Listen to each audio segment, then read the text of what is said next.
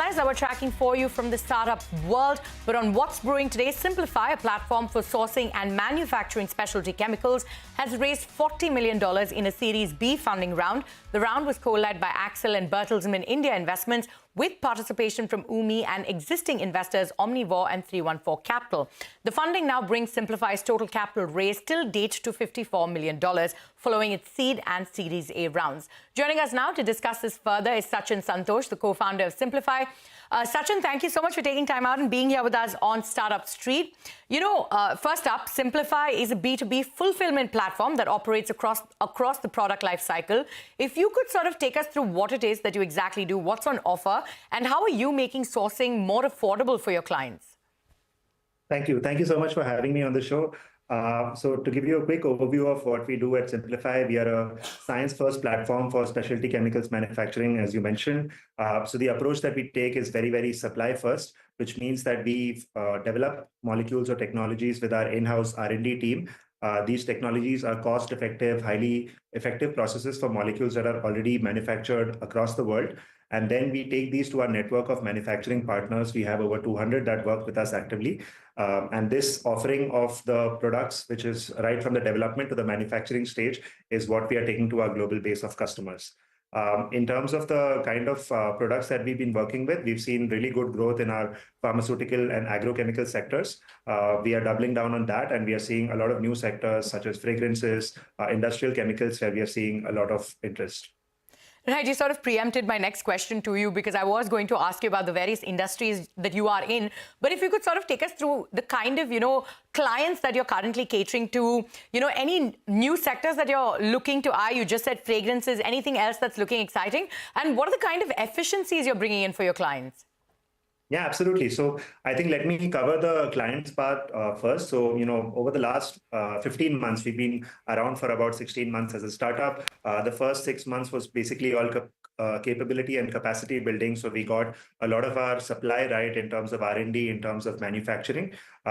Initially, we were working with a lot of customers in India. Happy to share that in the last 12 months, we've actually expanded our base quite significantly outside the country as well. So now we are working with customers in similar industries across 16 countries now, and we plan to expand that a lot further. In terms of industries that we work with, of course, within industrial chemicals, for example, there's oil and gas chemicals, there's water treatment, there's textile chemicals, there's a lot of new industries where we're seeing interest in. But I think the model remains same. The efficiency that we bring to the customer is that they are looking to go to market faster with newer products. There's a lot of shift happening in the world in terms of new tariffs, new shifts in supply chain, and that's what we're helping them navigate and helping them find an efficient, reliable source on. Speaking about these tariffs and, the trade wars that are currently going on across the world, what's the kind of impact that you're anticipating to see? Yeah, I think there's going to be a lot of volatility and a lot of shift that's happening in the short term. The way I see it is that, India has this opportunity. Today, we have about 6% market share in the world in terms of specialty chemicals, or chemicals in general, actually. And we see that, there are larger countries like China operates at about 50%. And there's, countries in Europe also which have a significant market share, despite the fact that India has the best-in-class manufacturing and scientific capabilities in the world. So what we plan, or the way I see it, is that the next 5 years will be defining in terms of setting up new supply chains or setting up new supply centers. We are not only looking at India, we are looking at supply centers that are in other low-cost neighboring countries as well. And we see that once the supply chains are set and in place for the next 5 years, it's a multi-decadal opportunity in terms of how we can grow and how we can support innovators in their journey. A multi-decadal opportunity is what you're calling this, and you've raised this, $40 million. If you could sort of take us through how you plan to spend this, what's on top of the agenda? Yeah, I think the primary area, like I said, is on the international expansion. We wanted to get everything right in terms of the supply of the products and the manufacturing capacities that we have. Now that that's in place, I think we are very happy that Axel and Bertelsmann have also supported us in this raise, and we are looking at expanding this offering to a much wider base of customers. So a lot of the investments that we are doing over the next 6 to 12 months will be in terms of setting up offices, setting up teams physically in about 6 countries in the next 1 year. And we're also looking at, exporting to a lot of other countries by way of channel partners, by way of operations in these countries as well. So that's the first major area of investment. The other area of investment is also to double down in terms of the R&D capabilities that we have. So we are actually expanding the lab facilities that we have. We are also working with third-party R&D facilities where we are able to bring a wider offering of technologies and a wider offering of R&D capabilities to the customers. Right. And, what about your revenues? If you could sort of take us through what you're currently making and the targets that you've set for yourself for this year. And, what about profitability? Yeah. So in terms of revenue, we've seen that from where we were in FY24, we've seen a 4x jump year on year. In the coming year also, we are seeing that the growth will continue to be at about a 30 to 40% quarter on quarter is what we are seeing for the next 1 year. I think if we are on track, then, in the next 12 to 15 months, we should be looking at close to $100 million annualized in revenues. So that's what we are essentially looking for. I think the more we get into this market, it's an amazing market that there's more and more opportunity in that. And I think because of a lot of shifts that are happening, there's a lot of tailwinds that have been, we've been lucky to benefit from, and we plan to double down on that in the next year. So plan to double down on that. A big part of our discussion has been about your expansion plan.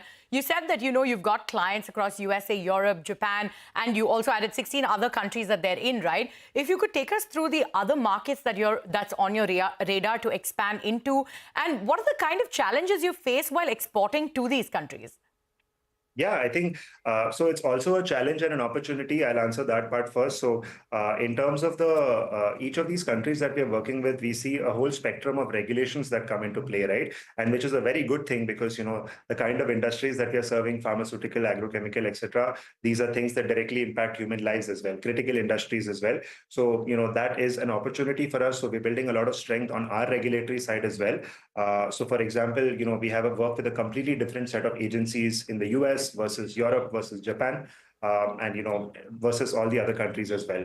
So that's something that we are navigating. It's something that is requires a lot of technical expertise and industry expertise that we are investing in. In terms of the countries, other than that, we also have an office in the Middle East in Dubai. So we are serving large parts of the Middle East and North Africa through that. We also have an office in Indonesia. So we are serving large parts of Southeast Asia through that. Apart from that, we, in the short term, we want to be focused on these geographies. But through our US office, we also plan to expand into other parts of Americas as well. Right. And what's the current, mix between all the geographies, and where do you hope it to reach by the end of this year? So today we are at about, a large part of our revenue still, as a percentage, still come from India. We have about 20% odd that comes from the export market, and this is spread across different geographies. I think US, for example, is turning out to be a very exciting market for us.